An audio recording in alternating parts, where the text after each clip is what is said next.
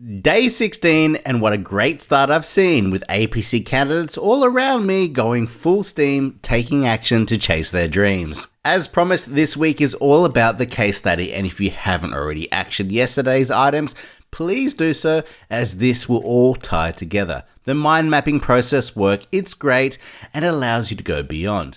But something untraditional, which I haven't seen mentioned in my years of RICS, is we're going to focus on the final assessment presentation to dictate what we put into our case study. But Josh, that is just weird. Yes, it might be. And this is why I've always recommended that we always review everything as a whole, as the APC candidate guide all along has been your brief. There is additional information. It's like a clause in a contract that you didn't see that you wish you read. Now, I'm not breaking down the whole interview, but as you may be aware of, the interview is a total of 60 minutes and you have to create a presentation for 10 minutes on your case study.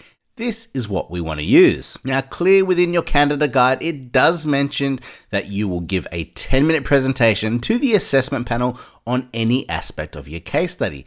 The key point is try and pick a point from your case study to expand on in your presentation or detail the investigation and conclusions of your project. So when writing and completing the case study, if you have already detailed, then in your presentation, you can't expand on or detail the investigations and conclusions of the project.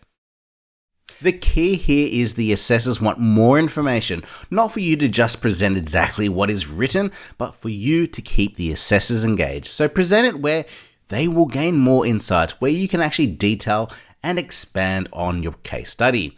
The one point of expanding and detailing is missed by a majority of candidates, and many spend hours and days and weeks thinking about what else can I present when I've already presented everything in the case study. So keeping the above in mind when you start finalizing the my approach and my achievements and conclusion in full, you want to provide as much detail as possible in your draft.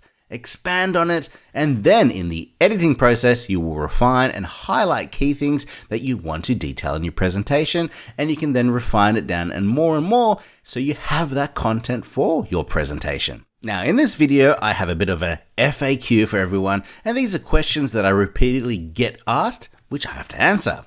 I do get asked all the time, when do I start writing the case study? Well, I have always personally recommended that you start it when you've completed your summary of experience, as the case study and the aspect of the case study that you are writing about must be within 24 months when submitting for the final assessment. What if the project is still ongoing? Well, this is fine, as you are writing about the aspect that you were involved in. What if the project has now finished, but I've been involved in some degree over the past 4 years? As I said before, it's the aspect of the case study that you're writing about that must be within 24 months. So those issues, those solutions, and advice that you are mentioning when writing is that aspect. How should I structure the case study? Well, it's a professional report. Now, traditionally, when writing a case study, you will start at the beginning, but I want you to start in the middle for the my approach. It's like a burger. We don't buy it for the bread bun, but we buy it for the middle part, which is all the juicy stuff. And since the my approach, my achievements is going to be a majority of your writing, let's start there. And I would like you to use the case study mind map to just start writing anything and everything.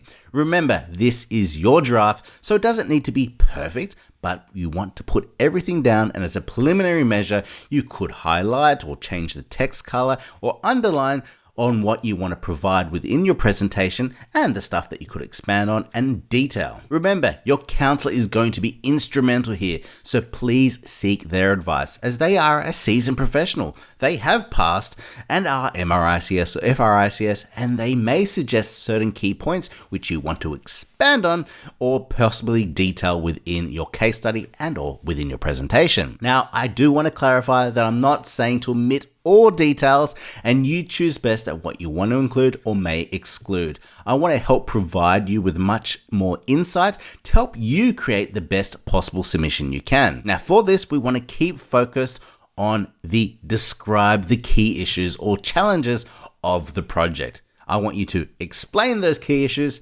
make it clear why it was a challenge for you, and also include the options that you considered and the solutions that you identified, explaining why some of these weren't feasible. That's it, the action items for today. So let's get started in writing. Now you will find that the first draft is probably going to be big, but don't worry, as you can always refine, you can always edit, and the key here is to just start. And for tomorrow, I have some more juicy stuffs. Yum, yum, yum, yum.